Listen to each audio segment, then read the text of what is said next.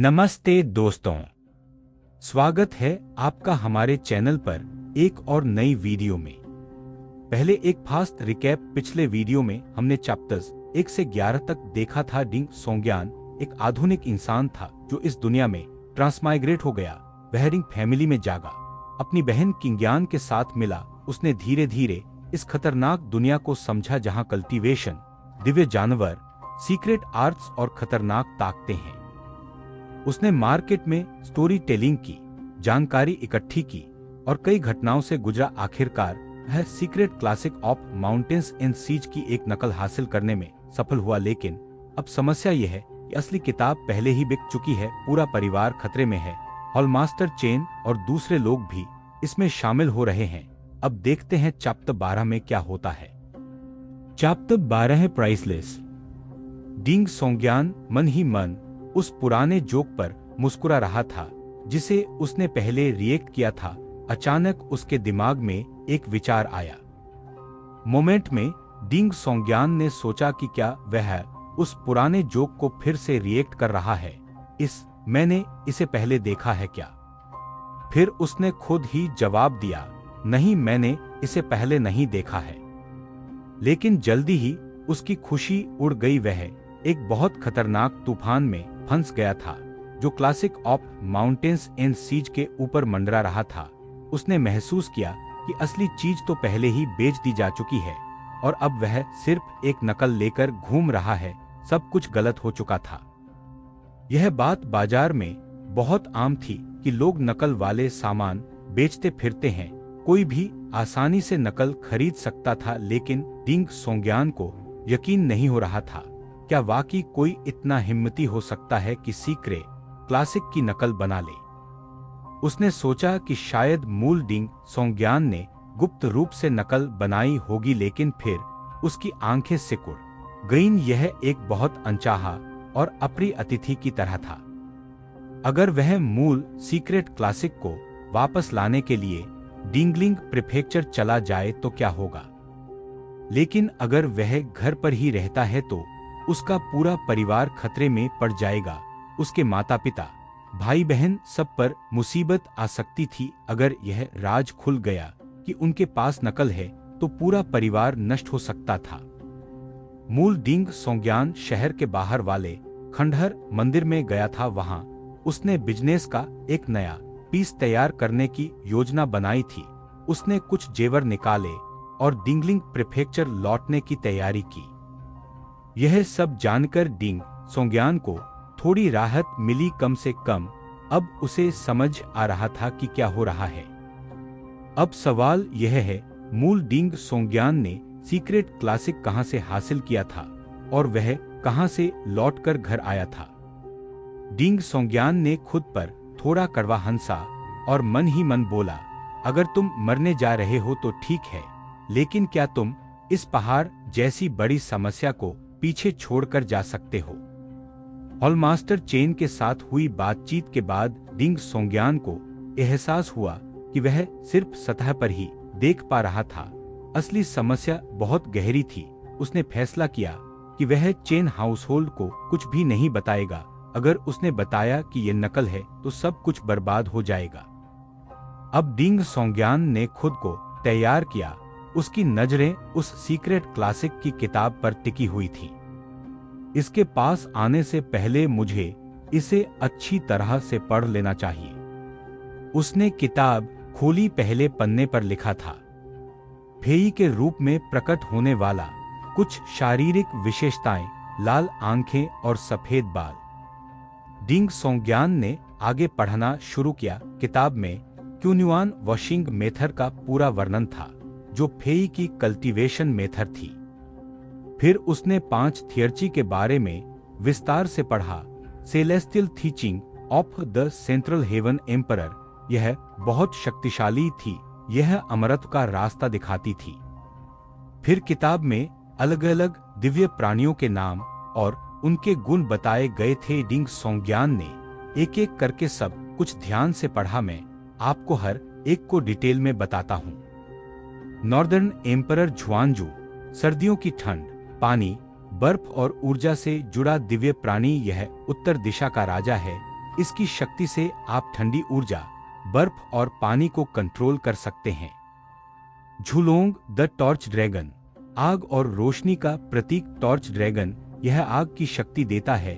आप इससे आग जलाकर दुश्मनों को जला सकते हैं, रोशनी फैला सकते हैं। नॉर्थ हेडेड सरपेंट, विशाल 2 सिर वाला सांप जो पहाड़ों, नदियों और कई पीढ़ियों को कंट्रोल करता है। इसकी शक्ति से आप पृथ्वी, पहाड़ और पानी की शक्तियों को इस्तेमाल कर सकते हैं। Hou Tu the earth mother, पृथ्वी की माँ, यह जीवन को पालती पोसती है। इसकी शक्ति से आप मिट्टी, पेड़ पौधे, फसलें और जीवन शक्ति बढ़ा सकते हैं। बहुत पोषण देने वाली शक्ति। Queen mother of the west, पश्चिम की रानी माँ, यह स्वर्ग के देवताओं को नियंत्रित करती है। इसकी शक्ति से आप स्वर्गीय शक्तियों, प्लेग्स और भाग्य को प्रभावित कर सकते हैं। टूटो द ग्लूटन, भूख का प्रतीक, यह कभी संतुष्ट नहीं होता। इसकी शक्ति से आप दुश्मनों की ऊर्जा चूस सकते हैं या अपनी भूख और ताकत बढ़ा सकते हैं। शेटाओ द आर्बिटर, न्याय और संतुलन का देवता, यह अच्छाई और बुराई का फैसला करता है। इसकी शक्ति से आप न्याय कर सकते हैं, मेरिट और फॉल्ट को बैलेंस कर सकते हैं। क्यूए द ट्राइम्फेंट फेसेंट, विजयी पक्षी, यह मछलियों को शांत करता है। फीनिक्स की नृत्य को कम करता है, पानी और राज्य को नियंत्रित करने की शक्ति। लीझा द कीनाइड, तेज नजर वाला सूरज और शरद ऋतु से जुड़ा। इसकी शक्ति से आप दूर दूर तक देख सकते हैं, सूरज की रोशनी और शरद की शक्ति इस्तेमाल कर सकते हैं। फेंगहुआंग द फीनिक्स, अमर पक्षी जो आग और पुनर्जन्म का प्रतीक है। यह 100 पक्षियों को जवाब देता है, आग से दुनिया को शांत कर सकता है, पुनर्जन्म की शक्ति देता है। डिंग सोंग्यान ने आगे पढ़ा कि इनमें से कुछ 5 क्लासेस हैं, कुछ 4, कुछ 3 या 2। अगर मैं इनमें से किसी एक को चुन लूं तो क्या होगा? उसने ब्राइटनेस कैंडल फ्लेम का नाम पढ़ा। यह बहुत चमकदार मोमबत्ती की लौ है।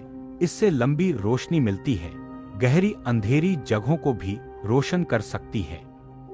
फिर स्टारलाइट, कैंडल फ्लेम और कई और नाम।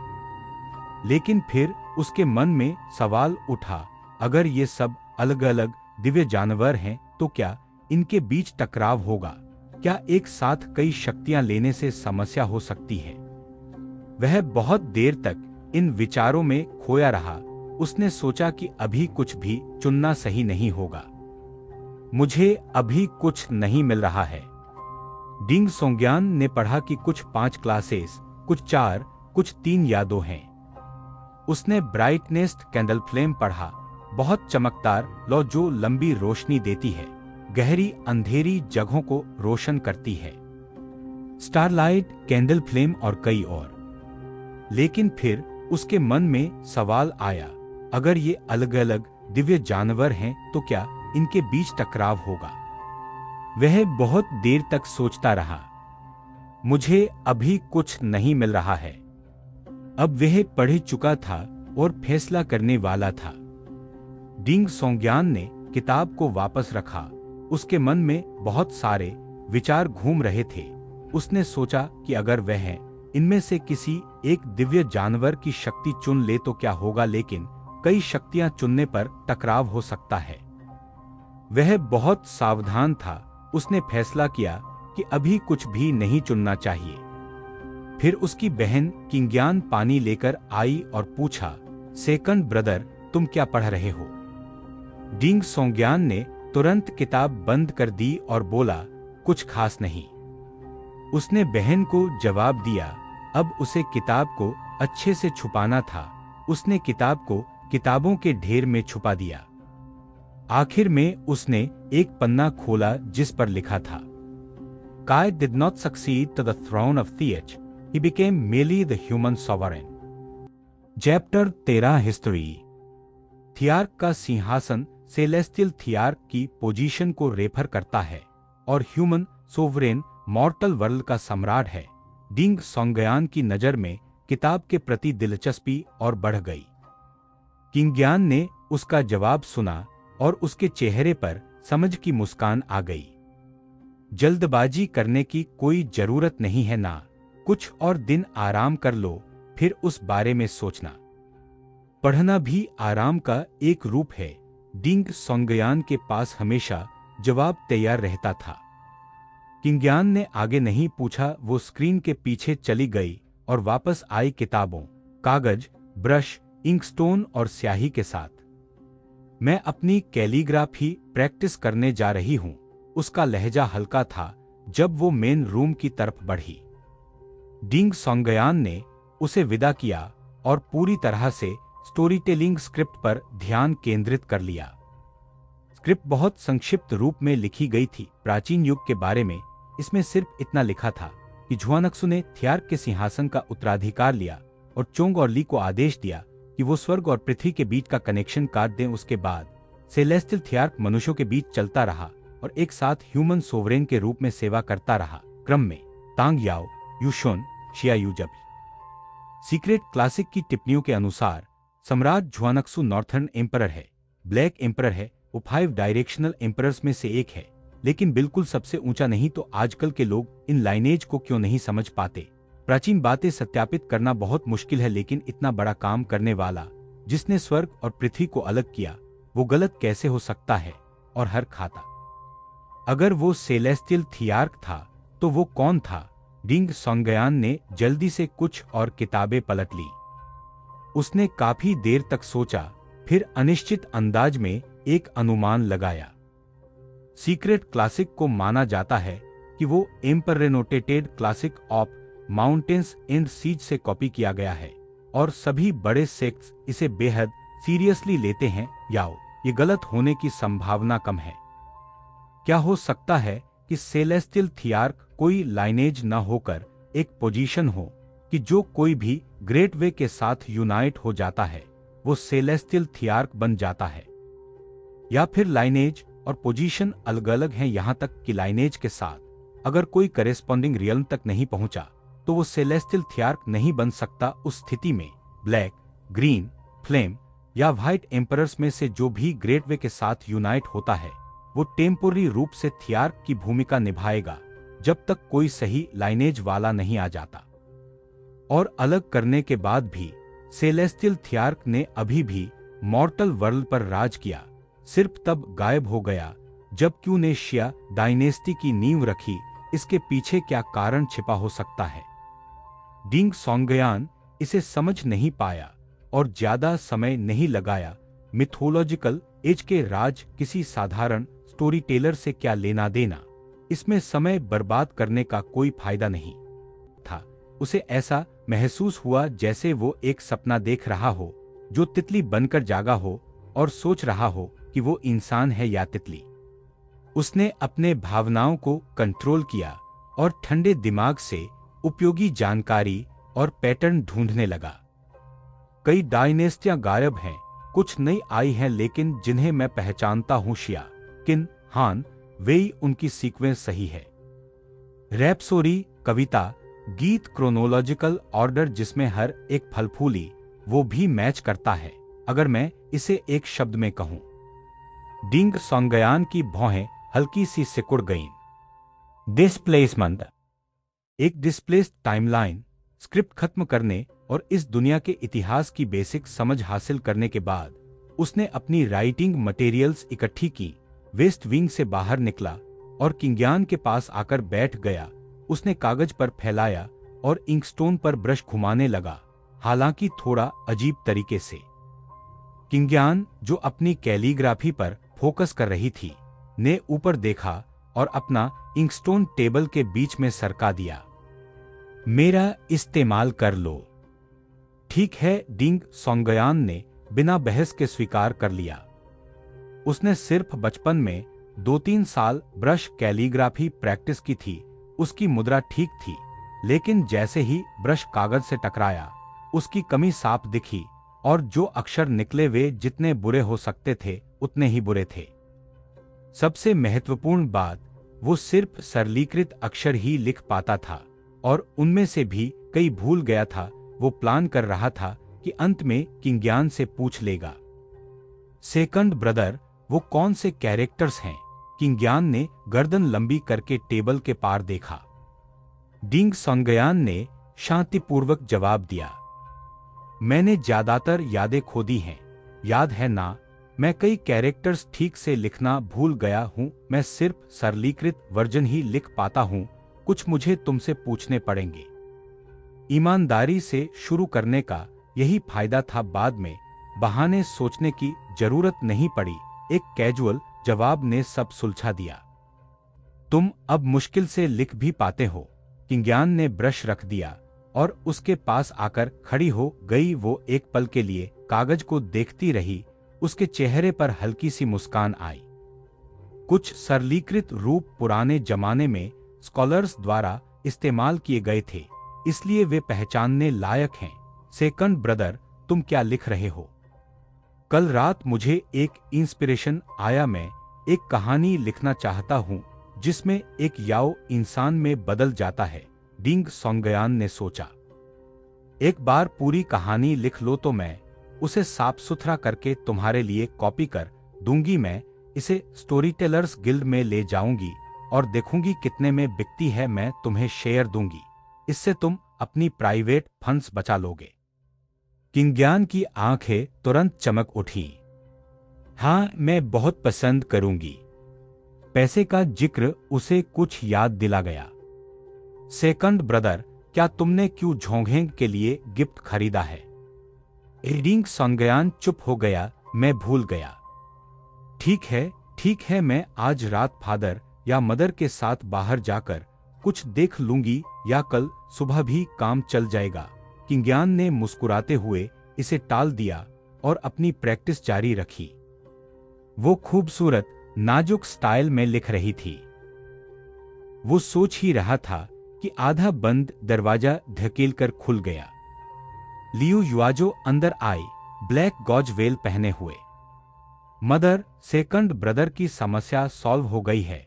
किंग्यान ने अभी भी बच्चे जैसी उत्सुकता के साथ आगे बढ़कर उसे मिलने की कोशिश की। क्या सच में? लियू युआजो ने अपना वेल हटाया और डिंग सोंगयान की तरफ देखा। डिंग सोंगयान ने अपनी बहन को बताया था, वही सब दोहराया। सीक्रेट क्लासिक और उसके सच्चे प्रोवाइडर को छोड़कर लियू युआजो का चेहरा धीरे धीरे शांत हुआ, हालांकि सूक्ष्म उदासी का भाव दिख रहा था। उसने संक्षिप्त स्वीकृति दी और कहा, अगर कल तुम्हारे पास समय हो तो झेन एस्टेट जाकर शुक्रिया अदा करो। नुआनशेंग ने बहुत मदद की और मास्टर यू ने भी। हमारी फैमिली को शिष्टाचार की कमी नहीं होनी चाहिए। डिंग सोंगयान सहमत हो गया। किंग्यान पहले ही उसकी आस्तीन खींच रही थी। मदर, क्या हम आज रात सेलिब्रेट कर सकते हैं? लियू युआजो ने हल्का सा सिर हिलाया। तो मैं स्ट्रीट पर जाकर कुछ खाना खरीद लाती हूं। तुम क्या खाओगे? जो भी तुम्हारे साथ हो। डिंग सोंगयान को अभी लोकल ऑप्शंस का पता नहीं था। उसने जोड़ा, जितना हो सके। पीनी हाउस की क्रिस्पी फ्रेग्रेंट डक। किंग्यान ने अचानक कहा, मदर, मुझे भी अपने साथ ले चलो। रास्ते में मैं क्यों झोंघेंग का गिफ्ट देख लूंगी। लियू युआजो ने मना नहीं किया। मदर डॉटर डुओ ने अपने वेल्स लगाए, फूड बॉक्स लिया और निकल गईं। शाम तक डिंग फैमिली की स्क्वायर टेबल डिशेज से भर गई थी। Crispy fragrant duck, white cut chicken, red sauce में braised lamb, steamed eggplant, dressed greens, baked flatbreads का स्टैक, राइस का बाल्टी और ठंडी स्वीट मंग बीन सूप पीने के लिए। क्या हम आज थोड़ी शराब ले? डिंग शेंगी ने अपनी पत्नी की तरफ देखा। लियू युआजो ने सहमति जताई। डिंग शेंगी का चेहरा खुशी से चमक उठा। उसने एक छोटी जार निकाली और डिंग सोंगयान की तरफ बढ़ाई। रोज ड्यू न्यू ईयर पर मजिस्ट्रेट ऑफिस से तुम दोनों को एक बाउल चाहिए होगा। तुम दो का मतलब था डिंग सोंगयान और बुल। बुल की गर्दन हिली अल्कोहल की खुशबू से, लेकिन वो पूछने की हिम्मत नहीं कर सका। एक बार डिंग सोंगयान ने अपने भाई के लिए ठंडा स्वीट मंग बीन सूप डाला, बहन के लिए और खुद के लिए।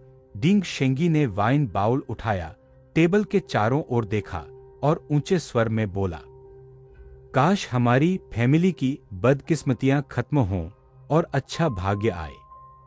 डिंग सोंगयान, लियू युआजो और बाकी सबने अपने बाउल्स उठाए। उनके चेहरों पर हल्की मुस्कान आई। बाउल्स के टकराने की क्रिस्पी आवाज के साथ उनकी आवाजें एक स्वर में उठीं। बदकिस्मती जाती है और अच्छा भाग्य आता है। चैप्टर 13 हिस्ट्री यहीं समाप्त होता है। वीडियो देखने के लिए धन्यवाद। अगर पसंद आया हो तो लाइक जरूर करना और चैनल को सब्सक्राइब कर लें। अगले चैप्टर के साथ बहुत जल्द मिलते हैं। अपना ख्याल रखना। टेक केयर और बाय।